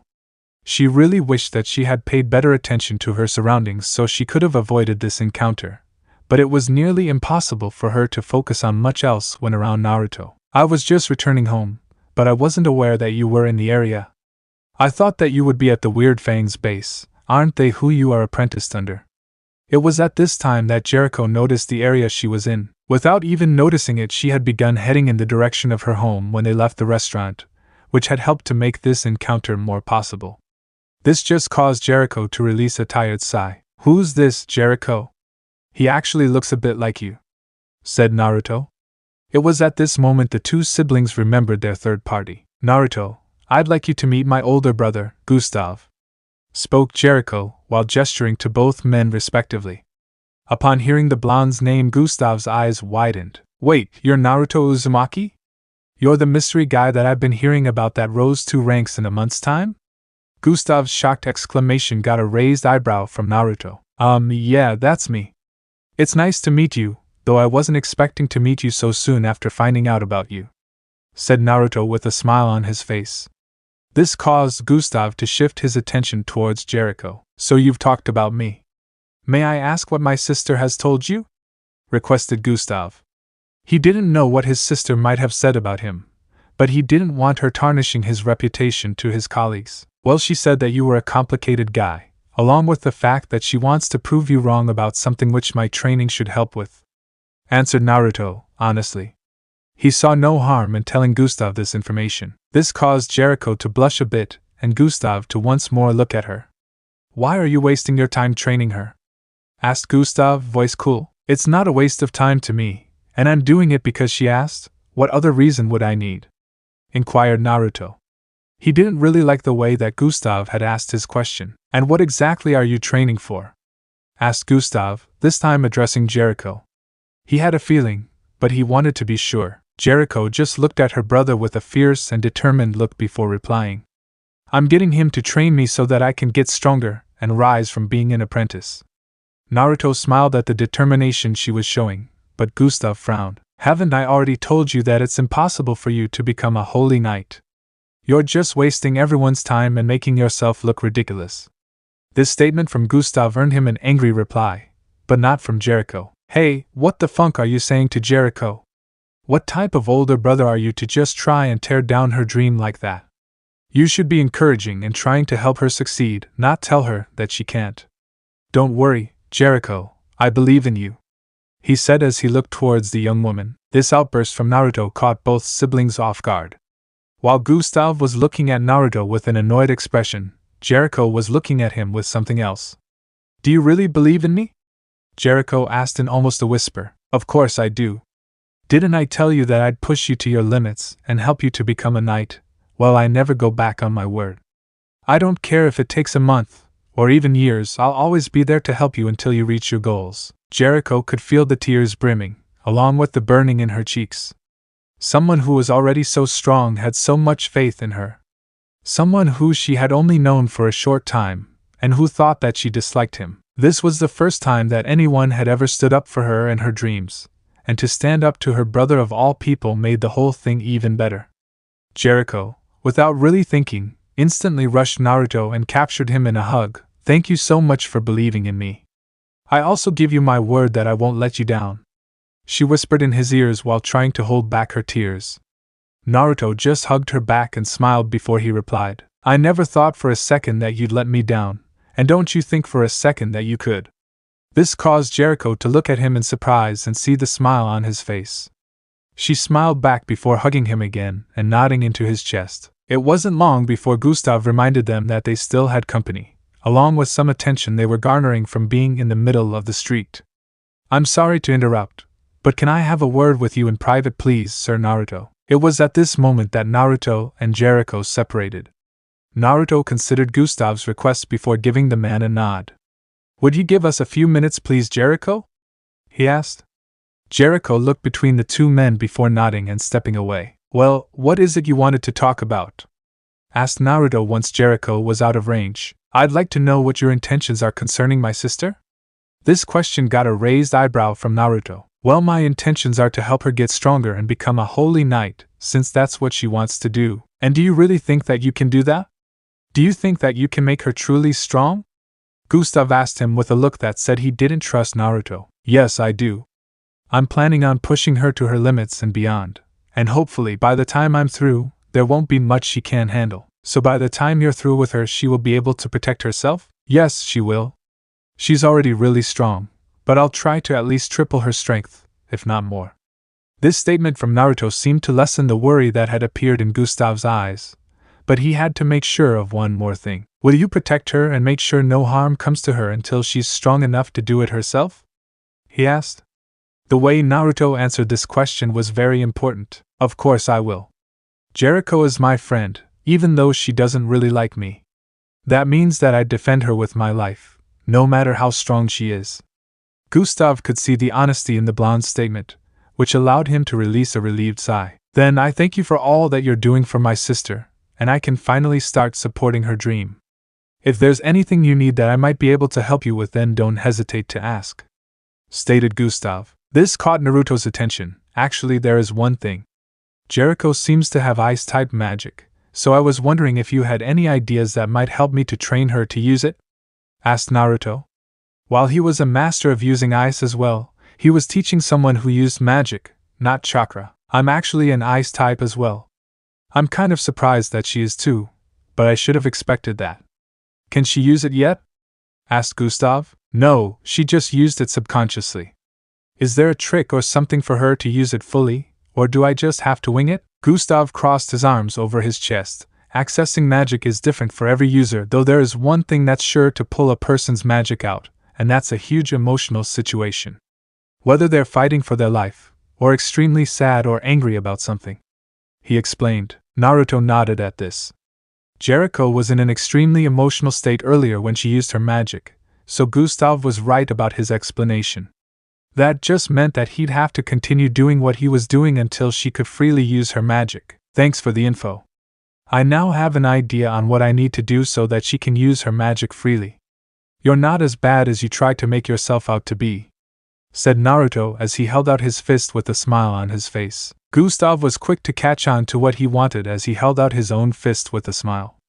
The two then bumped fists, and Naruto could feel the trust that Gustav was putting into him to help and protect Jericho, which caused his smile to widen more. With that, the two separated and Gustav gave him a nod before turning around and heading on his way.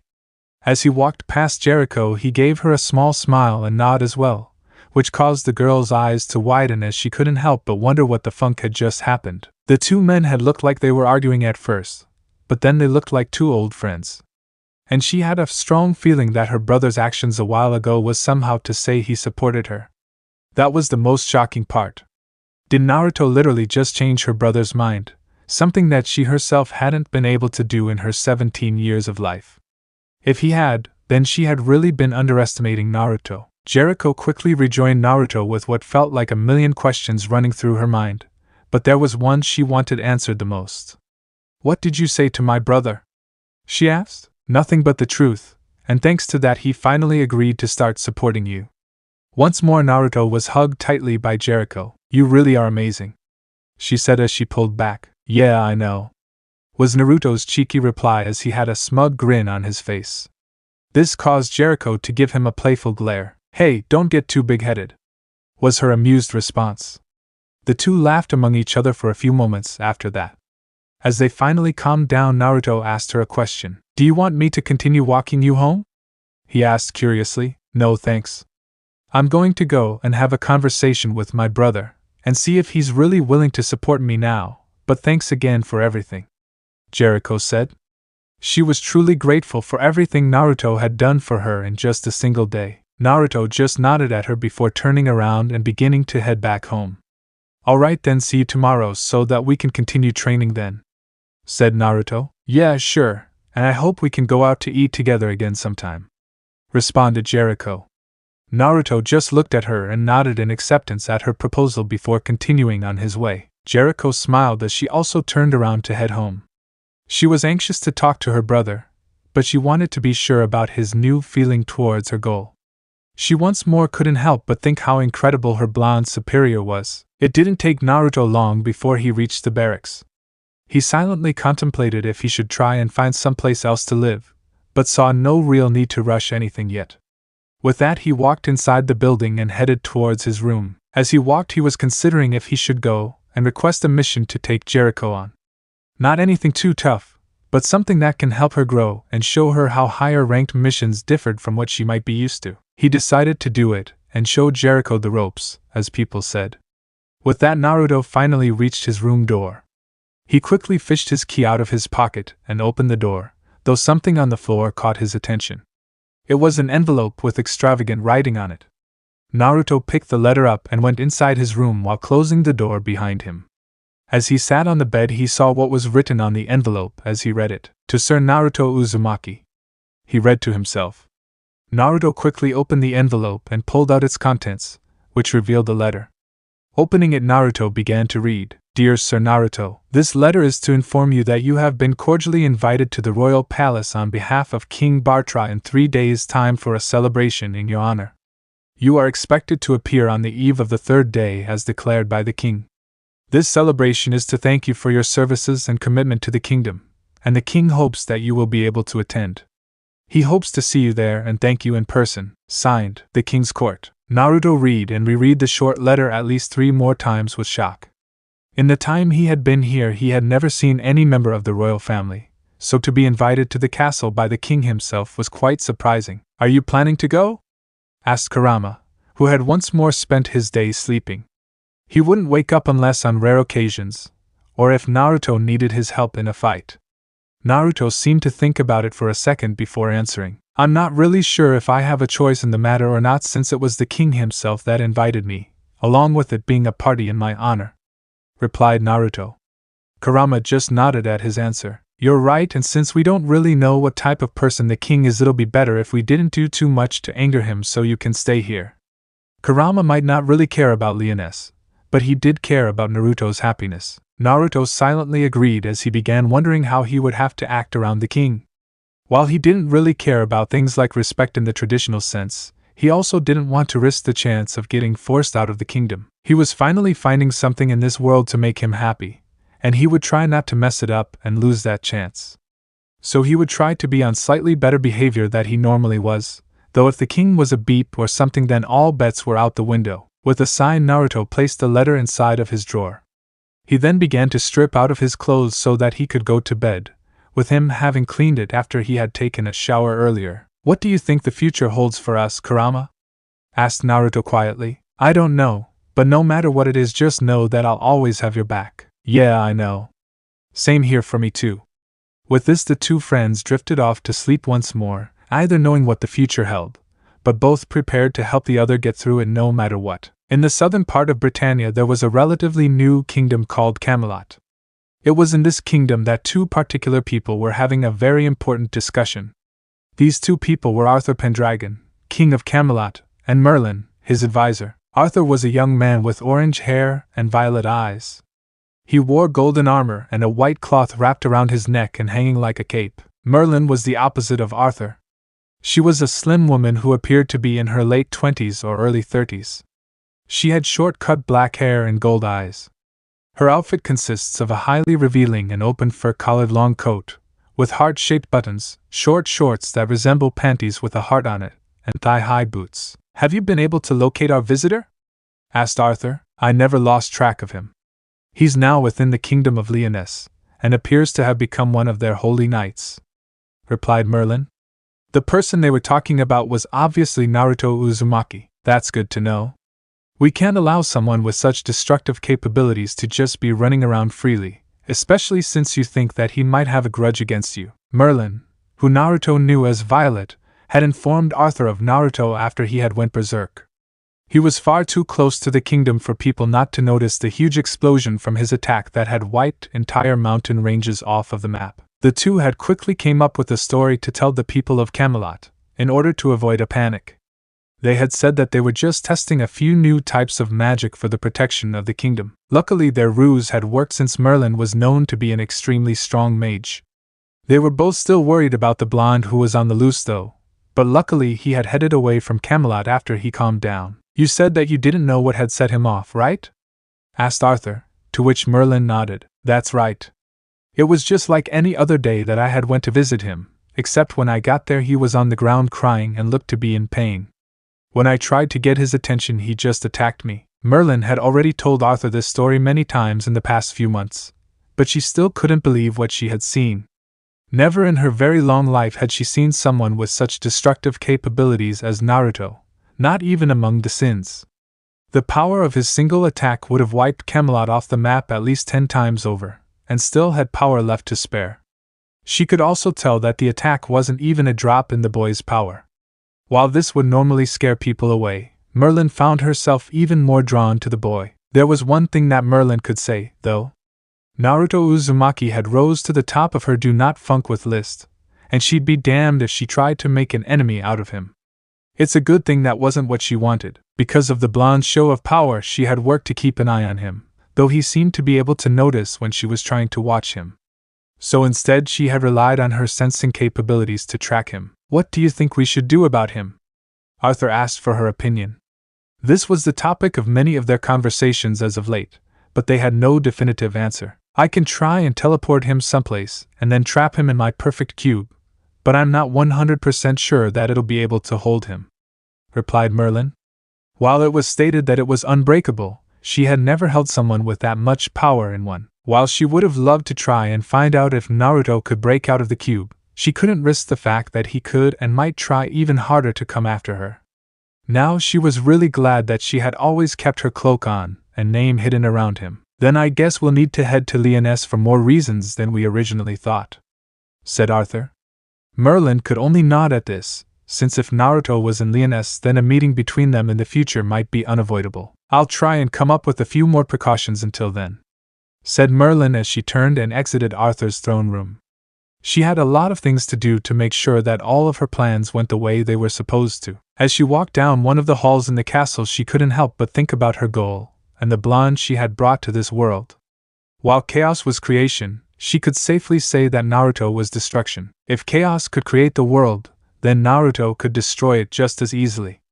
She was the only one who had truly gotten to sense the ocean of power that he held, and it made her truly excited, but also sad that she didn't get to fully study it. When chaos rises, I wonder what will happen, and who's stronger. She contemplated as she thought about pitting chaos against Naruto, though she didn't know how much of a fight it would be. She was sure that it would be interesting though, so this part ends here. Alright, that's it for today's video, guys. Let me know in the comment section how was the story. And also don't forget to like, share and subscribe.